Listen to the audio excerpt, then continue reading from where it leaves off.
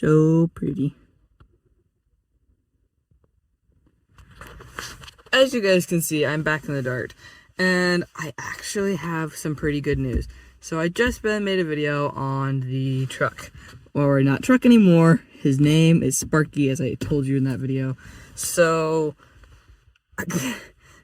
in that video, I also said thank you guys so much for helping me hit 50 subscribers, 52 as of now, which of the date of this is December 6th of 2023, and it's insane.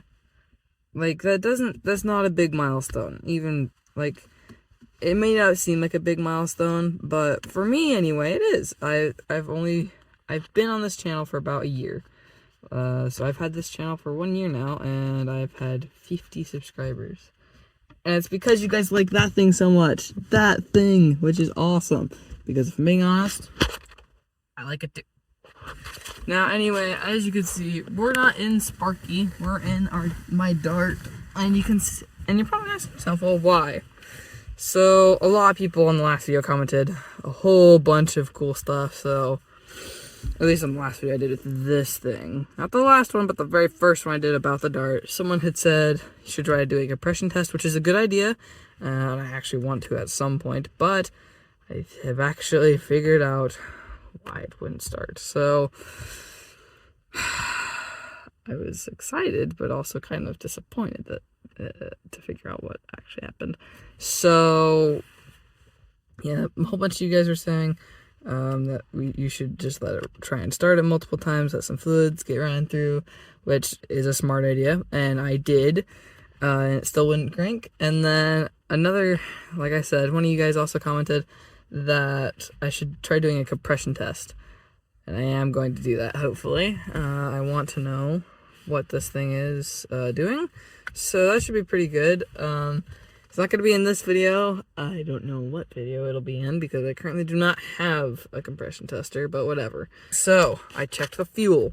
We have fuel. I've checked the injectors, and they are definitely injecting fuel into the engine, so that's great.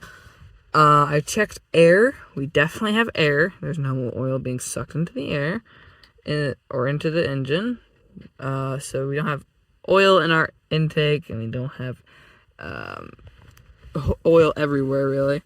But my next guess after that, you need 3 things to start a car: air, fuel, and spark. And we do not have spark. Wanna know how I know? I took out the spark plugs, tested them with the multimeter, and they're bad. So we got ourselves some bad plugs, which would explain why we're getting squeeze, but we're not getting any bang. We're not getting no little sparky sparks. We're not getting no sparks. So I need new spark plugs, which I am currently going to buy. So I'm working on getting those. So that's all I had to say for the car, to let you guys know on what's happened with it. And soon, I'm hoping to drive that thing over here so I can wash it. The reason being is because I want it to be clean. And once this thing runs too, I'm also going to be doing a deep clean on this. It needs it for sure. There's so much dirt everywhere and just stuff all over in here. That does not look good to me.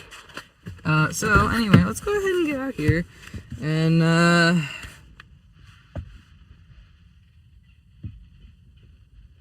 thank you. And show you guys what's going on. Alright, so we're underneath here, and I've tested everything under here. So, we have our air. We have our fuel. We do not have our spark. And no, it's not these. I don't know how to check these, but I don't think it's them. I'm still gonna check. That's how I don't know how to check them. If the camera could focus, you could see that there's actually 3 metal prongs. Right there. So there's 3 metal prongs in there. And inside of here, it's also a little metal tube. Can't see it because it's so dark. There it is. I believe, yeah. So that's in there. It could be these. I need to check them fully, but I know for sure that the plugs are bad, so we have ourselves in this car bad plugs. And once it's done and all clean, I'm going to be doing bright light.